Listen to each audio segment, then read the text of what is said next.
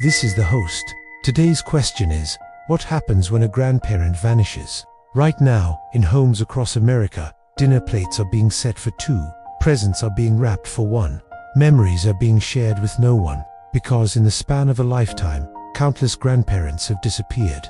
And their absence hasn't just left an empty chair, it's left an echo.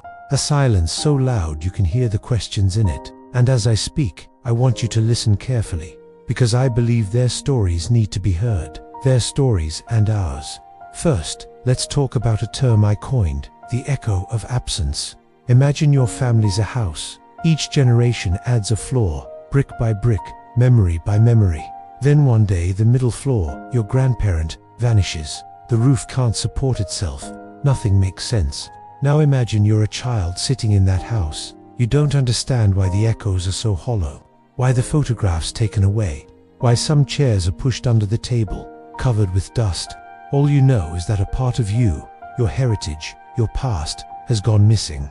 And the ache grows bigger with each unanswered question, each forgotten birthday, each holiday dinner that feels too big and too silent for just one chair.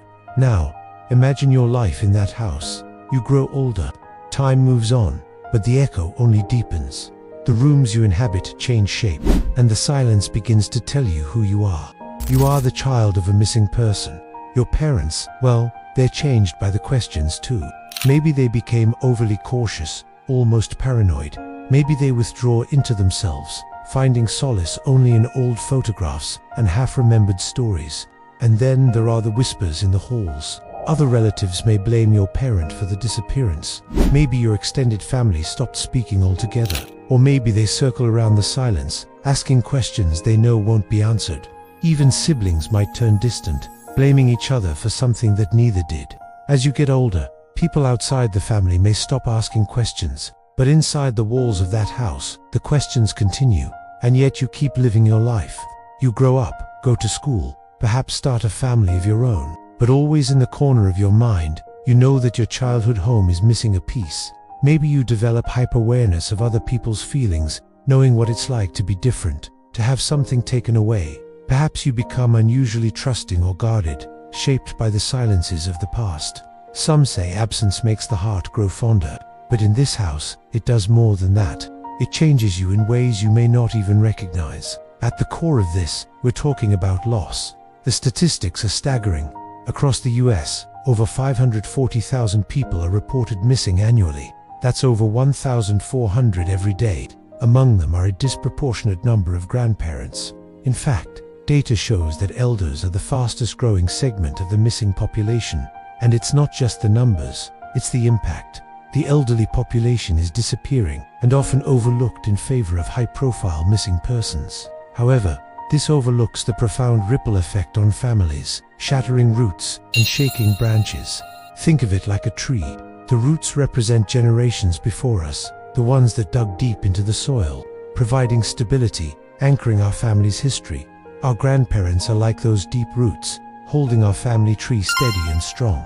They were there before us, offering love, guidance and wisdom, helping us navigate life's ups and downs. But when they vanish, those deep roots seem to disappear overnight. It's as if the ground beneath our feet starts to shake. Without those stable roots, the branches above suffer too. That's us, the younger generation, reaching out towards the light, trying to grow. But when our roots are cut, we too are weakened. We might struggle to find direction, seeking the support that used to come so naturally. The leaves on our branches, our joys and triumphs, begin to wither. Even the trunk, our immediate family, suffers. Parents and children alike feel the strain, clinging to each other more tightly, unsure of the winds that might shake their branches. Each missing grandparent is not just a statistic. They're the keeper of family stories, the weaver of traditions, the sharer of values. When they vanish, a generational gap widens, not because of age, but because of absence. The stories we grew up on suddenly end, midst recipes handed down for generations sit unused, gathering dust in cookbooks. And the future gets a little darker, because when grandparents are lost, it's not just knowledge that's lost, it's wisdom. The kind that comes from living through decades, from shouldering the past and sharing its lessons. The ripple effect touches everyone, leaving no one untouched by the chilling silence that follows. Let's look at a few cases. First, consider the case of Margaret Ellis, a 76-year-old from Westerville, Ohio. Her world revolved around her family, her church, and her cozy home. And then, one morning in 2011, she stepped out to water her roses and vanished. No trace, no goodbye. Next, there's the case of Ernest Jimenez, a lively 71-year-old from New Mexico. He loved tending his yard, spoiling his grandkids, and watching soccer. Then, in 1993, while on his usual evening stroll, he disappeared. The last person to see him, a teenage girl walking home, remembers his gentle smile and waving hand, but nothing else. These cases aren't unique. They're part of a pattern. Every year, thousands of grandparents disappear, and many cases go cold. Despite the tireless efforts of investigators, friends, and family, some mysteries remain unsolved, leaving behind an echo of absence that reverberates through the years. So what do we do with this echo? How do we fill the void left by these unsolved cases?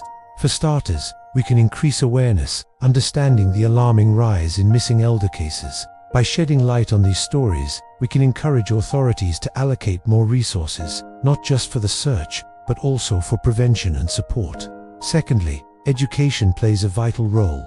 From teaching kids about personal safety to empowering seniors with self-defense strategies, knowledge is a shield against the unexpected. Thirdly, fostering community involvement is key.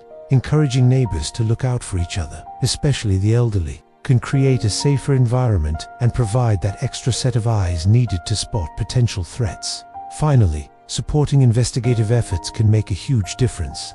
Whether it's through crowdfunding, sharing information, or simply keeping the conversation alive, our collective effort can amplify the chances of finding answers. Ultimately, we owe it to the missing, the vanished, and the bewildered to listen closely to the echoes of their absence, to find answers to the unspoken questions, to honor their memories, and to ensure that their stories don't fade with time. Before we close, I want to quote Detective Sergeant Mark Smith from the City of West Hollywood Sheriff's Station. He says, "Every missing person case is a tragedy. Each case leaves a void in the lives of the missing persons, family, and friends. The investigation continues until we recover the missing person, bring the responsible parties to justice, and provide the family with the answers they deserve." Now I have a question for you. What keeps you up at night? What questions do you still ask? I invite you to share your thoughts in the comments below. Together, we can help solve missing person cases. And if you want to learn more about unsolved mysteries, check out the playlist in the description.